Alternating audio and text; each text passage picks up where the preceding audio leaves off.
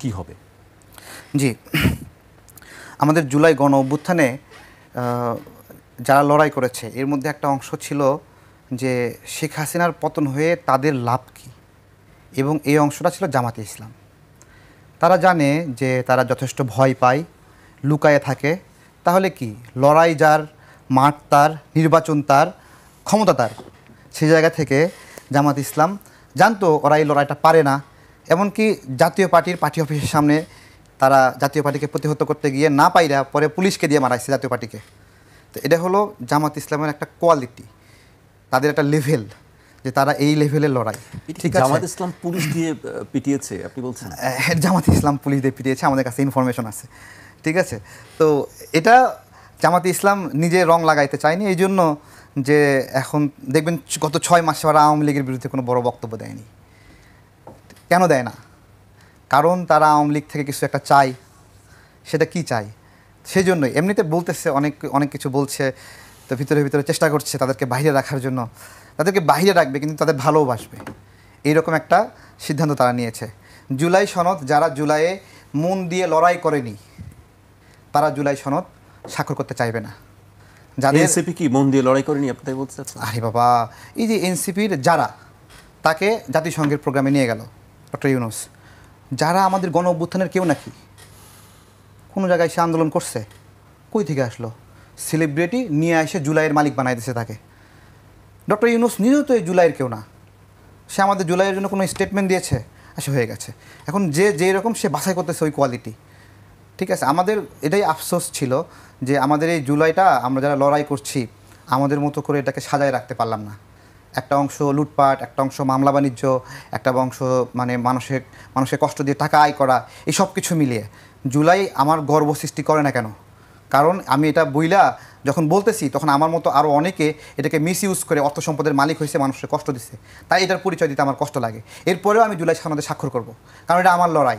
যে স্বাক্ষর করবে না তার লড়াই ছিল না এটা। এবং সে নানাভাবে আমাদের এই লড়াইটা, তো আমাদের এই যে গণ অভ্যুত্থান লড়াই, এগুলো কি কোনো গণভোটের জন্য হয়েছে? কোনো গণভোটের জন্য হয়েছে? প্রধানমন্ত্রীর মেয়াদ 3 বছর থাকবে না 2 বছর থাকবে, সেজন্য আমরা এই লড়াই করছি। আমরা একটা ফ্যাসিজম রিজিউম, যে আপনার হলো ক্ষমতায় বসে আর সরতে চায় না, তাই না, তাকে আমরা সরাতে চেয়েছি। আমাদের এই লড়াই, আমরা ভোট দিতে পারি না, আমাদের বুদ্ধির বয়সে আমরা ভোট দেখি নাই, তাই আমরা মাঠে নেমেছি। একবারে অনেস্টলি অনেকগুলো বিষয়ের মধ্যে কোনটা প্রাইম বিষয়? তাহলে এই ভোটের বিষয়টা। তো জুলাই সনদ যারা এত কিছু কিভাবে জুলাই সনদ যারা স্বাক্ষর করতে চায় না, জুলাই সনদে আপনার হলো নোট অফ ডিসেন্ট দিছি আমরা।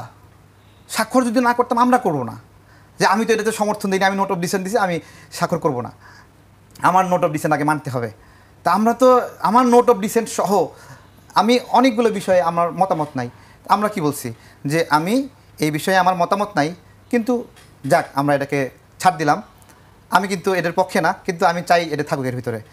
এইরকম সিরিয়াস বিষয়গুলোতে ছাড় দিয়েছি আমরা। আমাদের স্বাক্ষর না করার কথা, এখন আমরা স্বাক্ষর করবো, যারা সব বিষয়ে হ্যাঁ দিছে তারা স্বাক্ষর করতে চাচ্ছে না। কি ভয়ঙ্কর! তার মানে তারা কি চায় আসলে?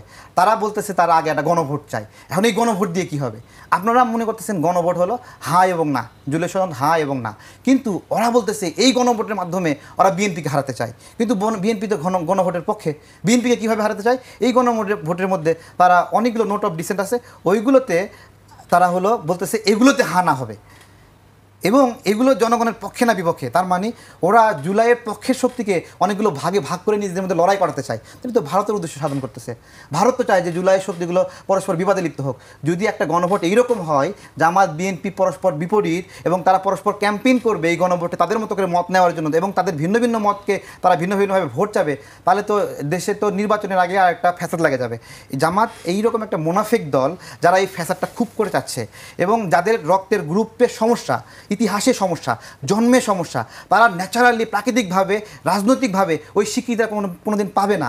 যেহেতু তারা স্বীকৃতি পাবে না, তারা সবসময় ঝড় চায়, এবং ঝড় হতে হতে হতে কোনো সময় যদি একবার বসে পড়ে, তাহলে সুপারগুলো লাগায় ওই চেয়ারে এমনভাবে বসবে যেন আর জীবনে না উঠতে হয়। ঝড় না, এখন তাওয়া গরম করার কথা বলে। তাওয়া গরম, আচ্ছা আচ্ছা আচ্ছা, তাওয়া গরমের বিষয় হলো এটা। মানে জামাতে ইসলাম জনগণকে কখনো মানুষ মনে করেনি। জনগণকে যদি মানুষ মনে করতো, তাহলে একটা ঘর থেকে সুন্দরী মেয়েকে পাক বাহিনীর হাতে উঠাই দিত। কোন বাসায় মুক্তিযুদ্ধ আছে, দেশের জন্য যুদ্ধ করতেছে তার মা বাবাকে দেখাই দিত, এগুলো কে করছে? এগুলো রাজাকাররা করছে না? রাজাকাররা জামাত বলে একটা নতুন একটা গল্প সাজাইছে, ফুয়াদ ভাই কয়েকজন, ফুয়াদ ভাইয়ের চেহারাটা দেখলে আমি মনে হয় কপালের মধ্যে 4 তারা একটা সিল মারা আছে, সারাক্ষণ মানে মুক্তিযুদ্ধের বিরুদ্ধে বয়ান দেওয়ার চেষ্টা করে। ব্যারিস্টার ফুয়াদ, হ্যাঁ হ্যাঁ, আমি ওনার চেহারা দেখলেই মনে হয় কপালটা অনেক বড় এবং মাঝখানে 4 তারা পাকিস্তানের একটা সিল মারা। আমার এরকম মনে হয়, কেন মনে হয় আমি জানি না, উনি মানে ওনার ন্যারেটিভটা এরকম লাগে আমার কাছে। এবং উনি সবসময় মুক্তিযুদ্ধের বিরুদ্ধে বলতেছে, আবার বলে যে 10,000 নাকি রাজাকারের লিস্ট হচ্ছে, তার মধ্যে নাকি 8,000 আওয়ামী লীগের। তা 8,000 যদি আওয়ামী লীগ হয় তাহলে তোমার রাজাকার বলে তুমি খাবো কে? তাহলে তুমি রাজাকার বললে তুমি তো খুশি হওয়ার কথা, কারণ তোমার মধ্যে ভাগ কম। এগুলো এগুলো কই থেকে যে বস্তা পচা গল্প ন্যারেটিভ দাঁড় করাই নিয়ে এসে মানুষকে খাওয়ানোর চেষ্টা করে। ব্যারিস্টার ফুয়াদ ভাবে সবাইকে বোকা ভাববে। ব্যারিস্টার ফুয়াদ কিছু মানুষকে বোকা বানাতে পারবে, কিন্তু সবাইকে তো বোকা বানাতে পারবে না। তো তারা এগুলো নিয়ে বিভিন্ন উইংস ভাগ খুলে রাজনীতির বিভিন্ন মঞ্চ খুলে তাদের মতো করে ওই একটা ভাগ দেখানোর চেষ্টা করতেছে। বাস্তবে তাদের রাজনীতির কোনো এস্টাবলিশমেন্ট নাই, কোনো শক্তি নাই। তারা বলে যে 53 বছর সব দলকে দেখছি, এখন জামাতকে দেখো। আরে ভাই, জামাতকে তো 53 বছর আগেই মানুষ দেখে ছুঁড়ে ফেলছে। এটা যে নষ্ট জিনিস, এটা তো 53 বছর আগে ছুঁড়ে ফেলছে। যেটা নষ্ট 53 বছর আগে আমাদের পূর্বপুরুষরা মানে যাকে প্রত্যাখ্যান করছে তাকে নতুন করে দেখার কি আছে? জি, তুষারের কাছে আসি আবার। তারেকের কথা শুনছিলাম আমরা, এখন তাহলে মানে উপায় কি? তারেক তো এই প্রজন্মের মানুষ এবং সে খেটে খাওয়া লোক, তো তারেক অনেক বেশি ওপেন এবং তার মতামত খুব বেশি জোরালো। আমি আমি মানসিকভাবে মনে করি যে আমার অবস্থান হচ্ছে যে ব্যক্তির সমালোচনা আমরা না করাই ভালো, যতটা পারা যায় কাজের সমালোচনা করা উচিত। তো উপায়টা কি? উপায় হচ্ছে ভোট। কেননা জনগণের অভিপ্রায় যদি হয়ে থাকে সংস্কার। ভোট কি গণভোট? না, নির্বাচনের ভোট। গণভোট তো ভোট না, গণভোট একটা ক্রাইসিস সলিউশনের বিষয়। এবং কোন ক্রাইসিস? সংসদ যদি কোনো কিছু সলভ করতে না পারে, আমি বারবার বলছি, কিন্তু তাই আগে দরকার সংসদ। সংসদ কারা তৈরি করবে? জনগণের ভোটে যারা জিতবেন, তার মানে তারাই তো জনগণের লোক। তাহলে জনগণের লোকেরা জনগণের সমস্যার সমাধান করবেন, এইটাতে কারো আপত্তি থাকা তো উচিত না। এবং তাওয়া, কড়াই, সসপ্যান, তাই না, প্রেসার কুকার, এগুলো নিয়ে হাজির হওয়ার কোনো প্রয়োজন নাই। খুব সহজ, ভোটে দাঁড়ান, মানুষ ভোট দিবে, জিতবেন, তারপরে সংসদের মধ্যে বসে সংসদের তাকিয়া গরম করেন, সংসদের চেয়ার গরম করেন।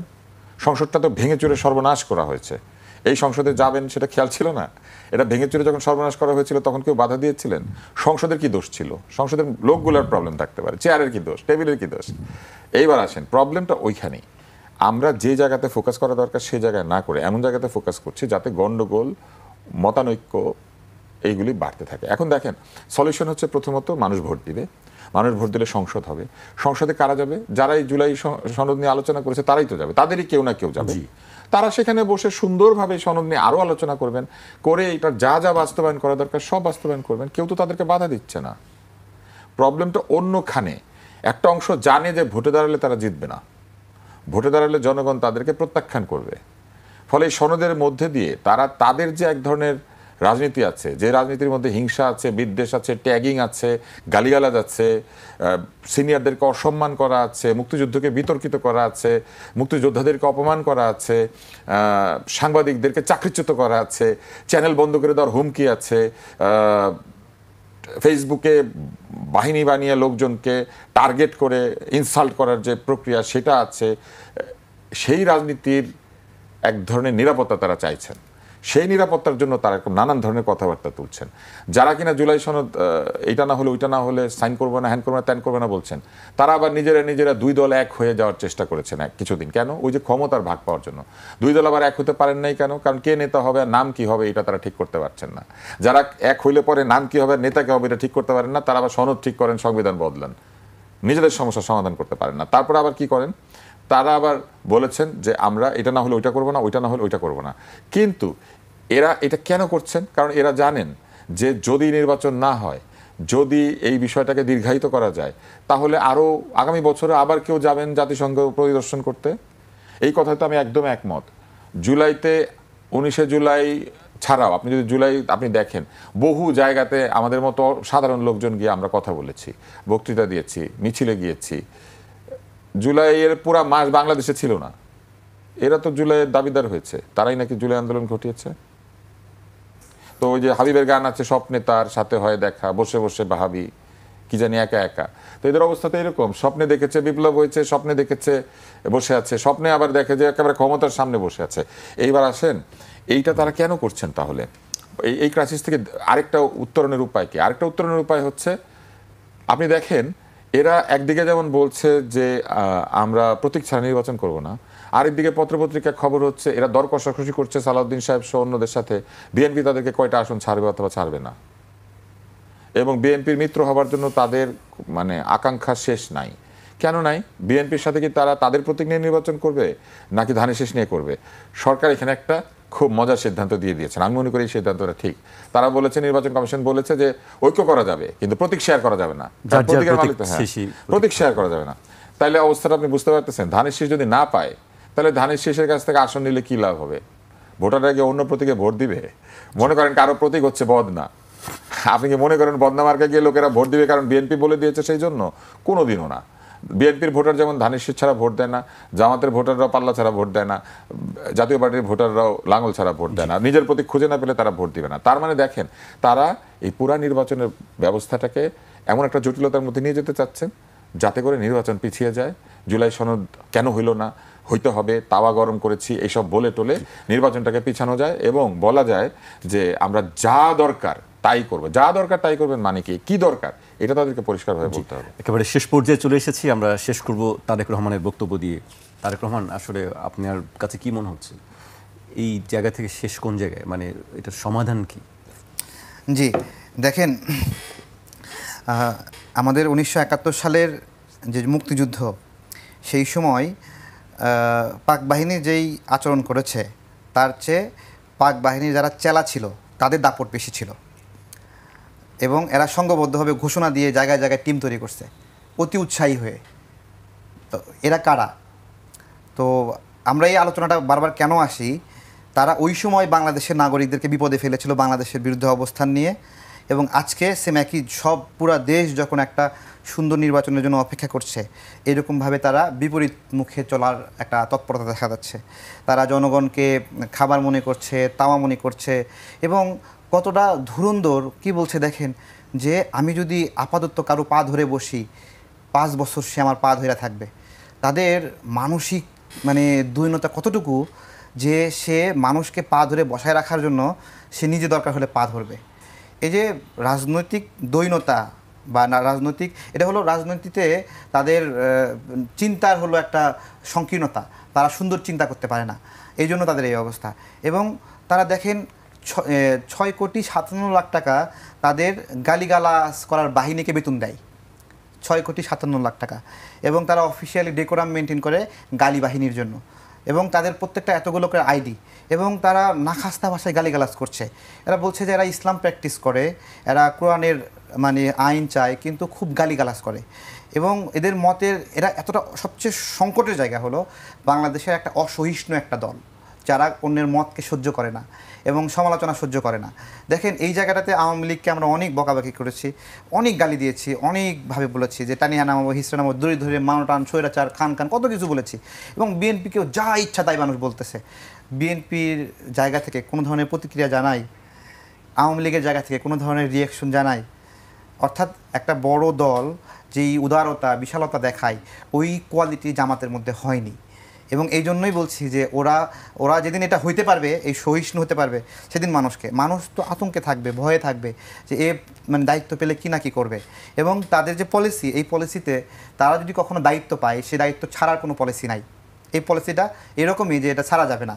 এবং আমরা ছাত্র রাজনীতির ক্ষেত্রে দেখলাম যে ডাকসুর পরে চাকসুতেও আবার রাকসুতেও একটি সম্ভাবনা আছে, সেই ক্ষেত্রে তো দেখছি তাদের দিকে মানুষের সমর্থন যাচ্ছে। আপনি খুবই ভালো বলেছেন। আমাদের শিক্ষা প্রতিষ্ঠান কেন্দ্রিক আমাদের যে ছাত্র